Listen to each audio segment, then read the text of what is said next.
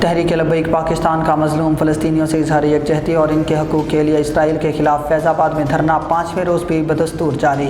مطالبات کی منظوری تک دھرنا جاری رہے گا۔ اعلامیہ: ہمارے مظلوم فلسطینی بھائیوں بہنوں اور بچوں کا بھی کربلا کی طرح کھانا پانی سب بند کیا ہوا ہے۔ سربراہ TLP کی گفتگو: کیا ہم کوفیوں کا کردار ادا کر رہے ہیں؟ کربلا کا بس یہی پیغام ہے کہ ظالم جتنا بھی بڑا لشکر لے کر آ جائے، پھر بھی حسینیت یہ ہے کہ اس کے سامنے ڈٹ کر کھڑا رہا جائے۔ ہمیں تو یہ بزدل حکمران مل گئے ہیں، ورنہ اسلام کے دامن میں تو بس دو ہی چیزیں ہیں، ایک امام حسین رضی اللہ تعالیٰ عنہ کا کربلا میں سجدہ اور مولا علی شیر خدا رضی اللہ تعالیٰ عنہ کے ہاتھ میں خیبر کا دروازہ۔ سربراہ TLP حضرت امام علی اکبر رضی اللہ تعالیٰ عنہ نے کربلا میں 70 یزیدی جہنم واصل کیے، اس کو کہتے ہیں کربلا۔